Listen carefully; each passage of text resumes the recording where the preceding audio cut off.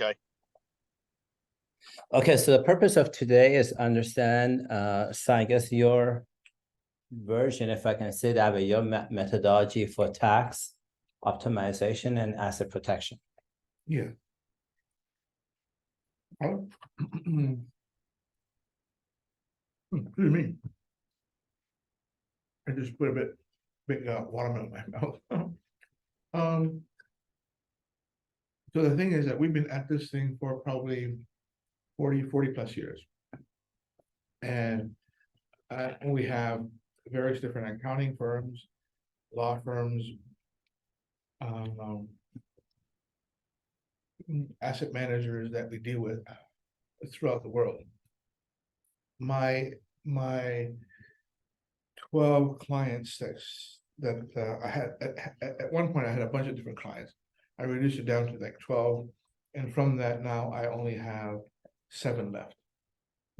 Meaning that I've constantly cleaned up the types of clients that I want to have on board and what they pay me for my services. So part of what I do for their family offices is to monitor and watch for tax changes in their jurisdiction or the jurisdictions in which they're going to be acquiring an asset or liquidating an asset. And then we come back with solutions to solve for that. How we handle the transfer of an asset from an acquisition to liquidation to refinancing and all of that. So we make use of foundations, we make use of IBCs, we make use of IBPCs, which very few people are aware of. We use not-for-profit organizations, non-profit organizations. Those are very distinct structures. We also make use of U.S. corporations in some cases if we need to for a short period of time. Canadian corporations for a very short period of time as a burner corporation, is what we call it internally. And then we have trust structures, we have foundations, we have property trusts, we have land trusts that we make use of. And depending on what the client is looking for and what they're trying to do in terms of their larger picture is how we make a decision. So how do we decide what solutions we're going to provide? So what we do is we do what's called a 360 review, first of all, analysis of where they're at, what they're doing, what their asset base is, what their liabilities are, what their long-term, short-term vision is, if they have children, if they want to pass the assets on to children, one generation to the next. And all of this we've done for our own family, my own family. So it's a methodology that we use for our wealth building, wealth preservation, wealth creation, transference. Like, for example, now my nieces and nephews are getting older, and every one of them is now needing a car and a house. So the family office, what it does, it becomes a bank for them. Rather than them going to the bank to borrow, they come to the family office. The family office will lend them the money to acquire the asset itself. And then, as a normal thing that they would do, is pay over time, so that capital is returned back to the family office. Yeah, it doesn't dissipate. And part of what we do is, I don't know if you remember in our sessions we were doing new truck, old truck, no truck. That example is what we do with a family member. So that strategy, new truck, old truck, no truck, is about a vehicle. How to acquire a vehicle correctly so that within 5 years of that vehicle needing to be traded, you now have alongside of it, you have a investment account that you set up along with the payments that you're making for your car, so that the investment account will overtake the payments that will be necessary for the year or two trading in the car and getting a new one. Right. So at some point, what will happen is that the individual family member will no longer have to pay for cars. it'll be the investment account that will keep doing that. Right. So the way that we do that for the public is unless the public has been invited to us through a QIP, qualified investor partner, QIP. Then we take them, now what we do is we take them through a 360-degree analysis where they're at, and based on that, we come back with a solution for what they're trying to do. So I can give you an example of different ones, but that's how we decide. And when we set up trusts, we don't use one jurisdiction. We use several different 9 different ones. And then for each client coming to us, even if it's let's say two brothers and sisters, brother and sister come to us, the brother will be put into one jurisdiction, the sister will be put to a different jurisdiction, only because we don't want to have all of a sudden our offices be attacked or called in to provide information about somebody. Yeah. So that gives us a lot of protection. It gives us a lot of flexibility, and that's kind of the synapses of what we do. Yeah. Carlos, is it okay if I start with what we want to do and then use that as an example? Sure. And then Carlos, anything that you feel that I say that, maybe I missed a detail or something like that, please feel free to jump in and correct me. Okay. So Carlos is a lawyer in the US for like 45 years or something like that. He was a partner in big law firms. Yeah. Now he wants to run his own show. He doesn't want to deal with like politics or whatever of big law firms. Yeah. So he's an international lawyer. Yeah. And international lawyers have billions of dollars go in and out of their trust or bank account. And so that's one of the things that I like about him compared to like a local attorney in Toronto. Yeah. If a local attorney gets $70 million a month, his bank will freeze that money and they'll question where the hell is this coming from, versus an international lawyer just has a mature bank account and has a resume that says. Just as an add-on to that, JR. Yeah. So JR has now got to his accounts up to 15 million that can go through without any interruptions. Oh, nice. Okay. Yeah. So just Appreciate it. Thank you.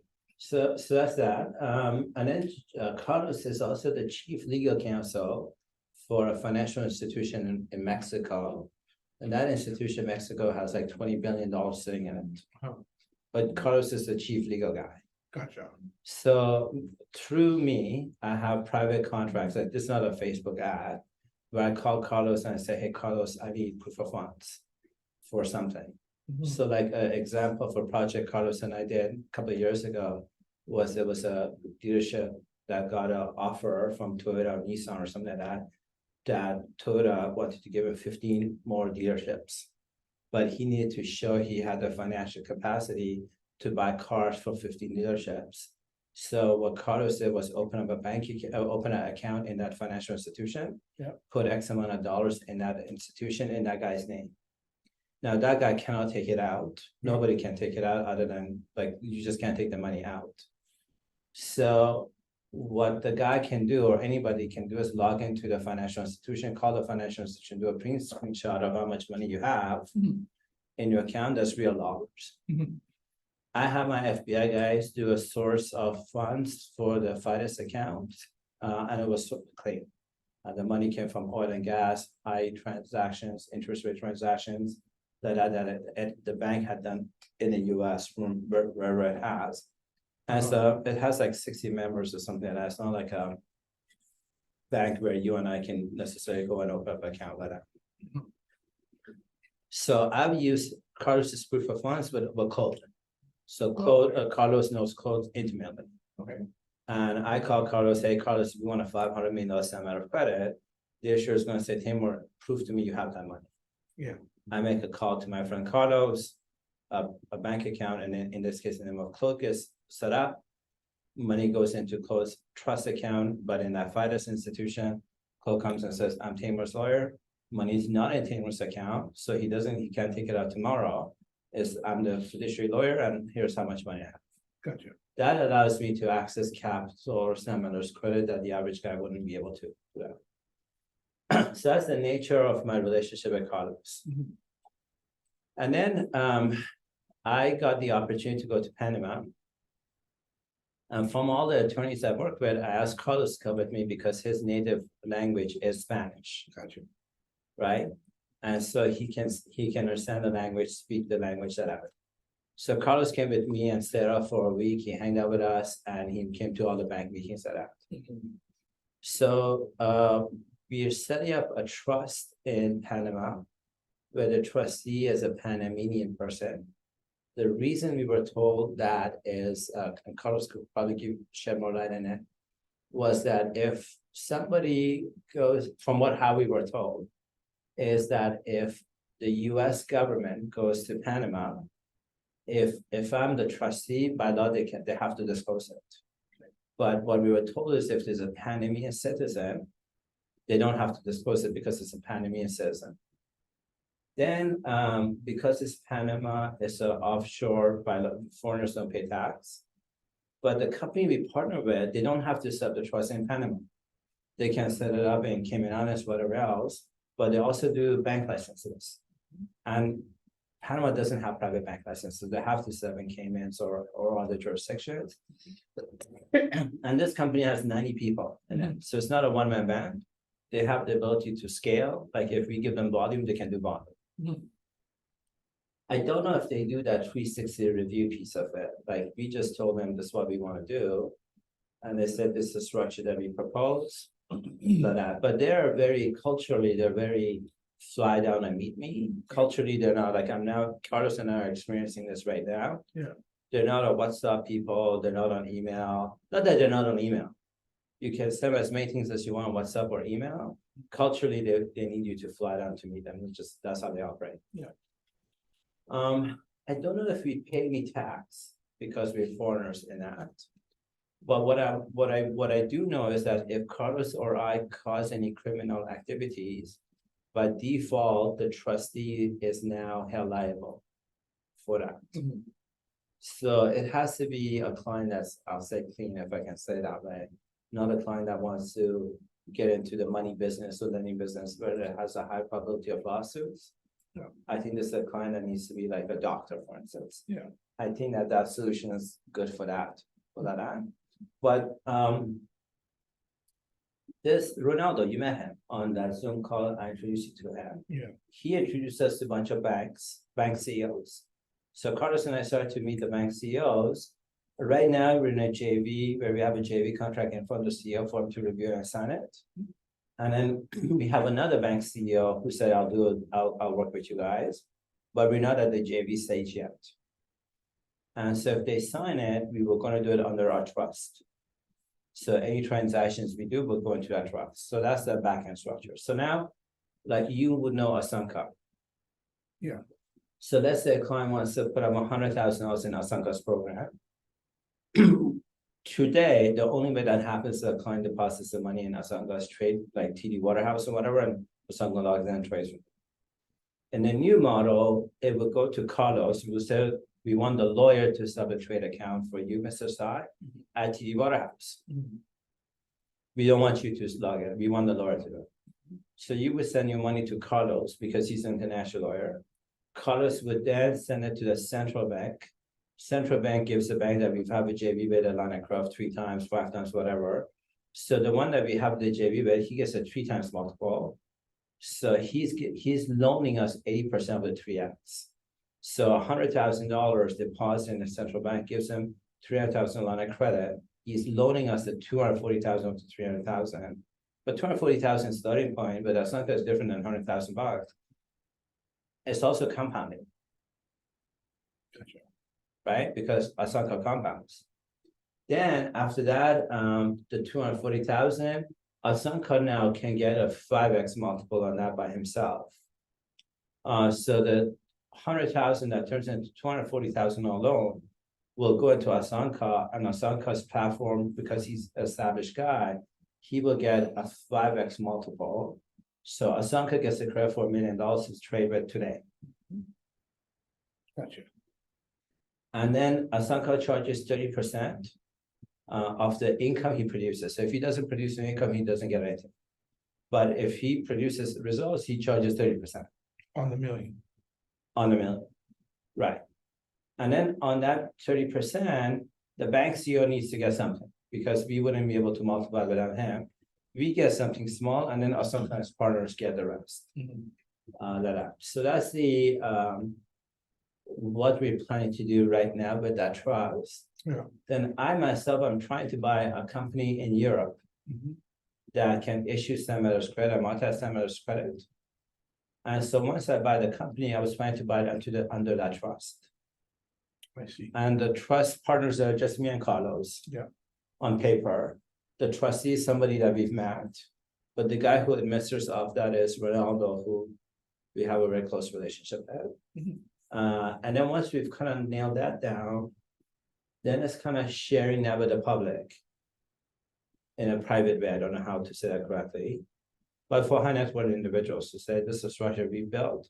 If you're interested, you can multiply the structure for yourself. Yeah. And then obviously we don't want them to get, like if I'm gonna get a loan for 80% of the 3x, I don't want to give 80% of 3x to the client. I want to get a portion for us to keep, for us to multiply, either give money to Claude to go get SBLC because we know what the returns on that are, or to even give some of it to Asanka, but under our own name and not the client's name. I understand.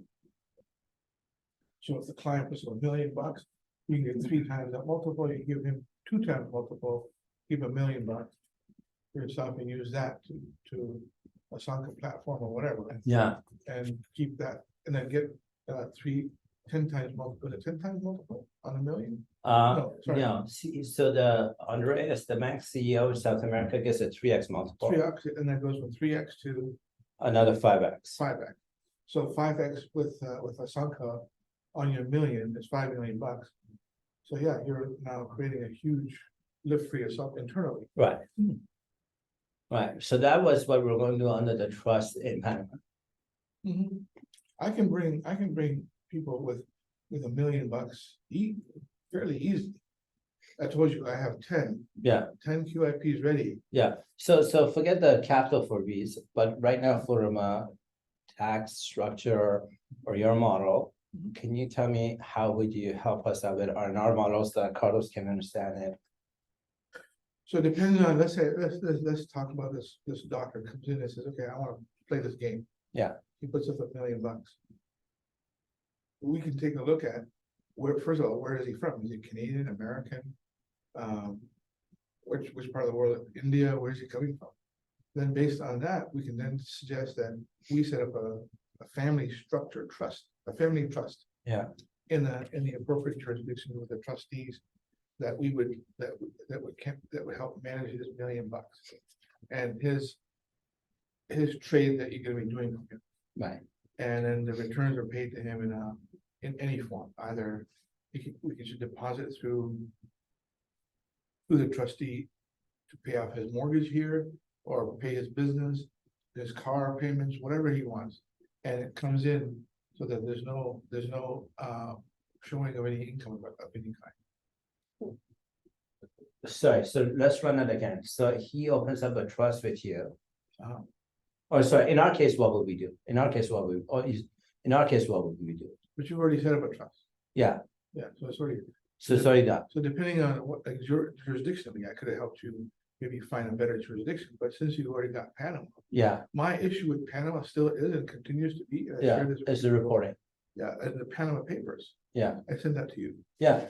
Those Panama Papers and now the Pandora Papers are open book to Wikipedia as an example. Yeah. And to the IRS and the CRA. CRA is now joint forces with IRS to now become a collection arm for all these taxes that are being evaded. Right. So more and more jurisdictions are being challenged, just like Panama is or was, and the leakage cost billions of dollars for those who are using those structures. Got it. Okay. So then going back to the doctor, so the doctor says, I want to become, I'm going to use your example. I have a sister. Yeah. And I have a family. And I have 2 kids. They come to you and they say, we want to set up a trust. You do your 360 review of them. They meet back. And then, So the question is gonna be, how old are the kids? Do you want to have the kids set up to go to university, school, higher education? Where do you want to have them in school, in domestic school, international schools, European schools? So based on that, there would be a substructure.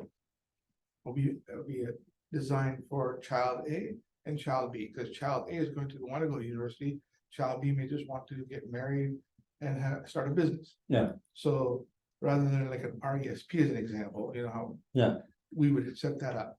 So this doctor say comes in, we say, okay, you want to participate with $1 million. The $1 million is going to be created for you through Taimour and Carlos, and that those returns will be returned back to the trust, and the trust will then make sure that these things are being handled for you. got it. So a bank account for child A, a bank account for child B, a trust for child A, Right. child B. Got it. Yeah. Awesome. Got it. Okay, cool. I understand. Carlos, any questions? Well, yeah, well, I'm familiar with these international or foreign structures like I don't know if it's still available, but you know, you had the New Zealand private trust company that you could set up for family wealth. And at one point you could set it up with only one New Zealand director, so you could have other, let's say, trusted people as directors of the trustee company. And it's mainly for asset protection. And in terms of U.S. persons who are subject to taxation worldwide, it's tax neutral. I mean, assuming you're filing your tax return, which is something I would do.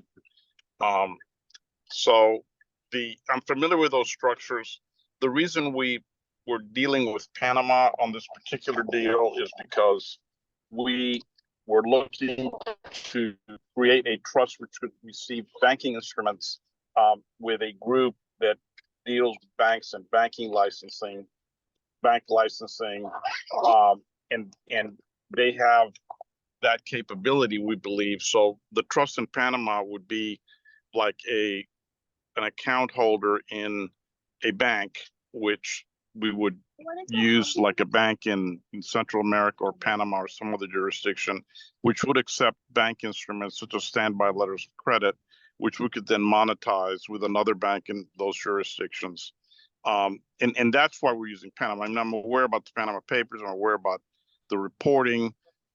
If we set up with the trustee company in Panama that we're dealing with, and we are ultimate beneficiaries, there's no automatic reporting unless there's some investigation, at which point they would have to disclose who the beneficiaries are. I know Taimour has more concerns, but I'm not as concerned about the reporting because I plan on paying no taxes, and so does Taimour.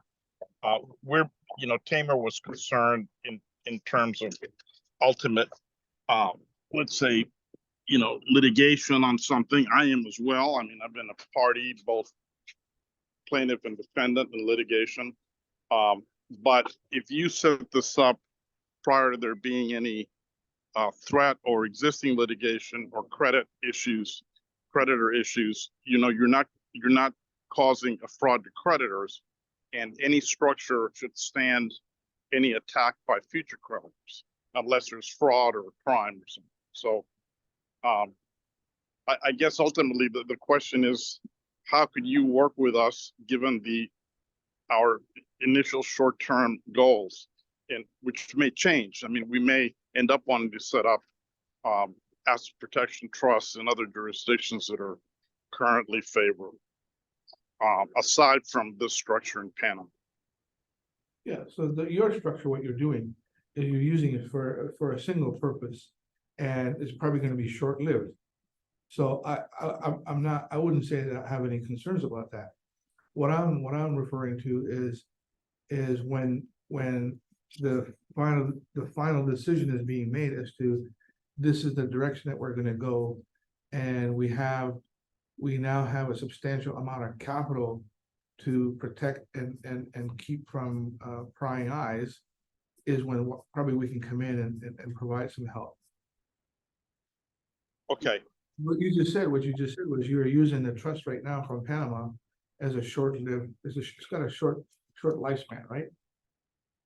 well, I mean, it could have a long lifespan depending on how well it works out, but ultimately who the beneficiaries are in the trust, you know, how that's protected. Yeah. Do we create other trusts or other entities or a foundation That's in it. X jurisdiction to be the beneficiaries? I mean, that's an open issue right now. Just because of speed, I have a holding company in Wyoming, and I have them as beneficiary. I really don't want them to be beneficiary, but I don't have a foreign company at this point or foundation, but at some point we probably will, both Taimour and I.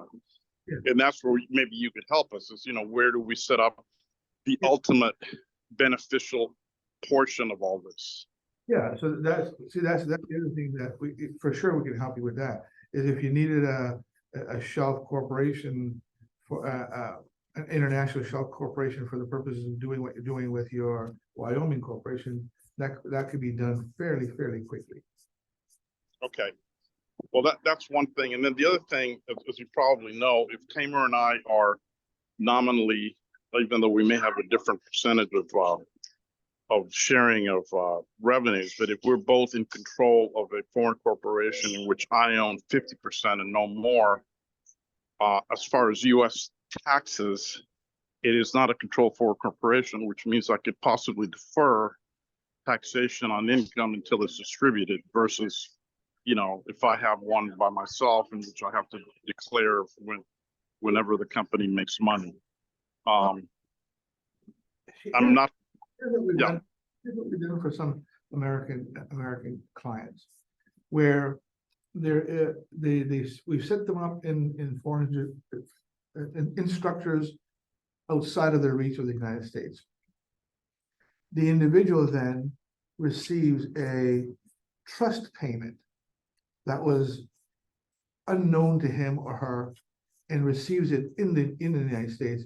He can claim that income, but because the way the income is set up, it's not going to be taxable, because part of the rules, if you look it up, and I can find you the IRS code for that, is that if there is a predictable frequency of income from a foreign trust, then the individual must declare that and pay the taxes. Whereas if the frequency is not frequent and countable on, then the individual can report the taxes and there's no tax liability, because it's not frequent and it's not a reliable source of income. Similarly, the rules here in Canada. So we have Canadians have been receiving now payments for, God, 8-9 years, and they've been audited and there has been no issues of any kind. Okay, well, that's great. That is more esoteric than my knowledge. So yeah, I would be interested in knowing that. There's a lot of rules. I'm familiar generally with control for corporation, foreign personal holding company, you know, how to set up structures internationally for companies when they're going outside the U.S. But as far as those types of, let's say, loopholes, no, I'm not as familiar. So yeah, that would be very helpful to know for a U.S. person. Yeah. If we can, you know, take advantage of it.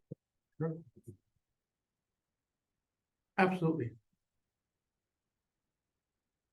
So Taimour, what I'm hearing, and unfortunately I have to start a lunch meeting right now, but what I'm hearing is our Panamanian structure, as far as the structure itself, for the purposes we want to use it, Folks, y'all let me know might when you're work ready to in go. the short term, maybe the long term. But what is the most important part is how the money will flow out of there, and what our obligations would be in terms of filing tax returns or notifying the government, etc. So there, even though we could set up the trust, we can have the Panamanian trustees as trustees, and we have the Panamanian corporation as the grantor. How do we get the money? Who is the beneficiary of the trust? Who's the owner of the Panamanian corporation? That's where SI can help us, so that we can create a structure that avoids reporting and taxing in both Canada and the US. Yeah, what I can do is I can show you, like, I can show you when you're ready for that. Yeah. Process, how to do it. And then we can in the background handle it for you guys. And just kind of be, what we can do is we become your silent service Provider. ship. That means that we're watching for any changes, any things that may be detriment to you, and then we alert you to that, and or just do the work that's necessary to remove you from harm's way, and then report back and saying, okay, we've just now, based on this new rule coming out, this is what we've done for you, and here's why. So that it's an ongoing silent service that we keep providing. That's good. Taimour, I think what I suggest is that I send Sai a little short explanation of our structure in Panama that we create, okay? That's not created. What we're telling the Panamanian lawyers as far as who the beneficiaries are for now, and see how, and this is not, we are not transferring funds over there. In other words, we're not like moving money and trying to protect the money. We're creating a structure that's going to generate income on large banking instruments transactions. So we will have a lot of money very soon, but we're not transferring funds over there. And I think at that point, I can send you what we're doing, what we're telling the Panamanian lawyers, and who the beneficiaries are. Perhaps at this point, you can make suggestions and say, no, I would do it this way as a beginning, or you can do it the way you're doing it, and then later we switch. But ultimately, I'm going to want, Carlos, I'm going to want, and I think Taimour's going to want a foundation, a trust, whatever, that will be the one that will hold everything, or several, I don't know, whatever you recommend, for my beneficiary. So there will be succession taken care of, and also minimization of income tax, state tax costs. You got cut out quite a bit there, but I get the point of what you're saying. Hey, Carlos? Okay. Yes. Yeah, I get the, you're saying you got cut out quite a bit, but yes, I'm okay in looking at a reviewing of what you have written up and come back with some other thoughts for you. That'd be great. Taimour, you agree with that? Yeah, so what I did, Carlos, was on WhatsApp, I created a group between you and me and Sai. So you can send whatever you want in that if you're okay with that. Yeah, that's great. I'll send later. I'll send you, Sai, a little short summary. I mean, right now we're in the process of forming the structure, so it's very early. And I'll give you my explanation. If Taimour has any additions, that's fine. And ultimately, what we'll want is that protection, particularly like when money grow and we have assets and patrimony in there, then definitely we're going to want that. So the sooner we get a structure set up, the better. Okay. Which could then be used for other purposes in other parts of the world outside from Panama. I mean, whatever we might do in the future.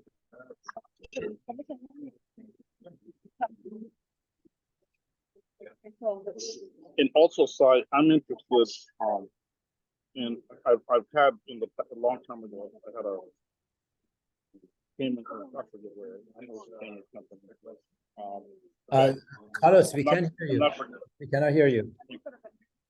Okay, a long time ago, I had an offshore company, which was for a particular transaction. I might want to set one up that will minimize U.S. reporting. I mean, I realize I have to report to some extent, but maybe I don't, depending on where it's set up and who the directors are and so forth. But that's something I have in mind for me, and I think Taimour as well. Yeah, we can, you and I can go, we can all three go get to understand it and then come provide my analysis and solutions. Super. Okay, well, let me do that. I have to go because it's loud here and I apologize. No worries. Um, And if you have any questions, let me know, okay? Will do. Love you, man. Thank you so much. Bye-bye. Okay. So since I'm still recording and Russ is, I should be showing this to Russ. Uh-huh. Anything else you want to add? I'm not sure. Tell me if you ask me some questions I can add. Cost wise, what will it cost the client and time wise? Time is about 4 to 5 weeks. Yeah. Sometimes a bit longer depending on what jurisdiction. Yeah. And cost, we'll have to talk to JR. Got it. And then what we'll do is we'll do the costing of that. And then we'll just add a piece back to for you guys. Yeah. And then we collect it. Yeah. And you'll know, Sure. and then we'll cut your piece for you. Perfect. No problem. Thanks. I'll stop the recording here. Anything else I need to add? No, that's it. I think that's about it.